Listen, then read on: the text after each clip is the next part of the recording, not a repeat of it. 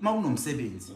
umuntu ohlaba inkomo umuntu onjani wakwabani ngoba sike sifike eminye imisebenzi kuthiwa hey nangifana kandaba uyohlaba inkomo la endaweni thathaniyeni ngokwesintu nje esiqondile ngqo umuntu ohlaba inkomo owasekhaya mengasuka segcekeni kuzoba umuntu wasemndenini noma kungaba sihlobo impela esinegazi lala ekhaya futhi umuntu ozohlaba inkomo ngalesikhathi seyizohlatshwa ibikwe esibayeni inkomo ngoba iyabikwa umuntu ophethe impepho uma ngale ngizasuke esibaya athula inkomo uyamthula naye lo muntu ambike kumele athule umuntu abamaziyo la ekhaya nomakhelwane kangayihlaba ngoba uwala ekhaya kufanele nimthule nibike ukuthi nangu umuntu ozohlaba inkomo ozosebenza impahla sicela ukuthi nimhlambulule noma ngaba kahlambulukile bese nilandele imigudu yakho ukuthi nimhlambulula kanjani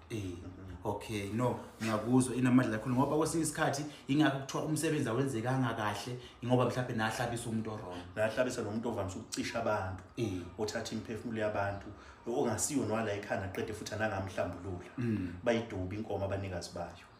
mangabe benikhanda isithebe basidube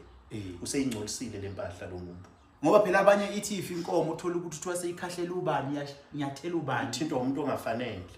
ayi